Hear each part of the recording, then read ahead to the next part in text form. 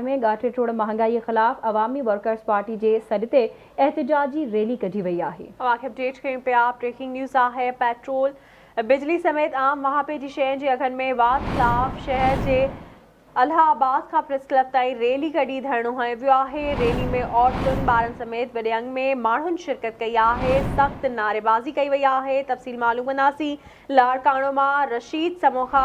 जी Rashid, update कजो धरणे बाबति।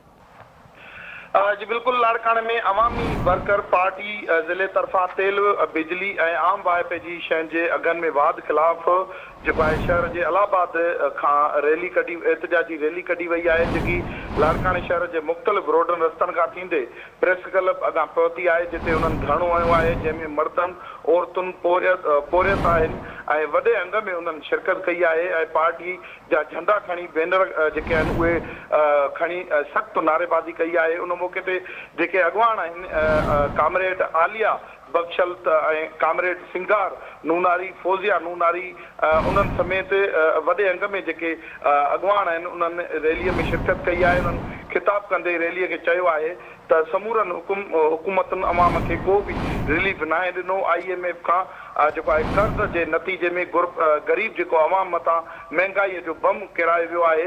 हिननि चयो त जेके MPA सां जेके अवाम दुश्मन, IMF सां जेके अवाम दुश्मन मुआहिदा कया विया आहिनि, उन्हनि जे नतीजे में अॼु हिकु पासे बिजली महांगी कई वई आहे ऐं ॿिए पासे ॻरा टैक्सिस लागू करे सब्सिडी ख़तमु कई वई आहे ऐं नतीजे में तमामु घणी महांगाई थी रही आहे। अॻवान जेके औरतूं आहिनि उन्हनि रैलीअ खे ख़िताब कंदे वधीक चयो त IMF वटि जेके क़ौमी इदारा आहिनि उहे गिरवी रखी, अहिड़े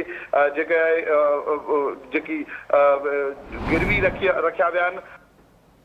ठीक है रशीद समूह, वरी मेहरबानी अवां जी अपडेट करण लाइ।